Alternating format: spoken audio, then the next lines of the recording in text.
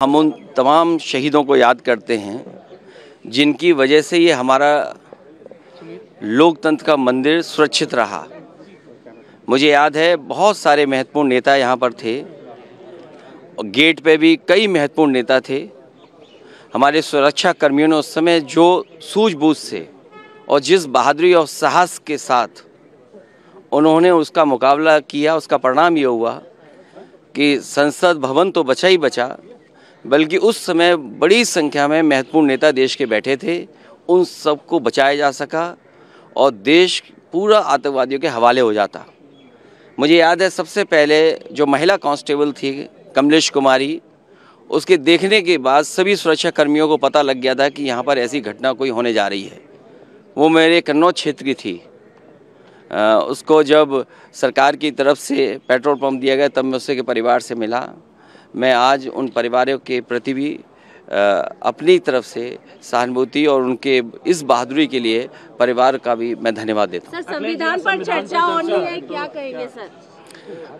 One nation one election, एक देश एक चुनाव, एक भारतीय जनता पार्टी की जुगाड़ है चुनाव जीतने की। सर, ये तो वन नेशन वन इलेक्शन पे संविधान पे चर्चा है आज सर, उस पर क्या कहेंगे? 4 दिन की चर्चा होगी, उस पर क्या कहेंगे? लोकसभा में देखिए, संविधान हमने और आपने सबकी जिम्मेदारी सुरक्षित रखना। ये संविधान ही है जो हमारा पथ प्रतख है, पथ दिखाता है, हमें रास्ता दिखाता है।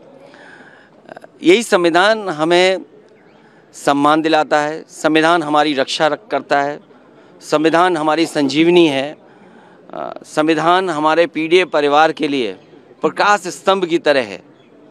और अभी तक पीड़ित परिवार और पीड़ित के लोगों को इसने सम्मान दिया है। अब पीड़ित के लोगों की जिम्मेदारी बनती है कि संविधान को बचाएं।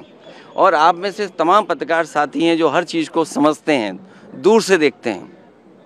लोकतंत्र में और ख़ासकर उत्तर प्रदेश में हम लोगों ने समय समय पे देखा है कि किस तरीके से भेदभाव हुआ है, भेदभाव का सामना किया है। जब न्याय मिलना चाहिए तो न्याय नहीं मिल रहा है। सर, आप मानते हैं सदन में लोकसभा में जब समाजवादी पार्टी अपना पक्ष रखेगी संविधान पे, किन किन मुद्दों को एड्रेस करेगी सर? मैंने आपसे कहा कि न्याय और समानता और जो लक्ष्य था आज़ादी का कि सब गैर बराबरी ख़त्म हो।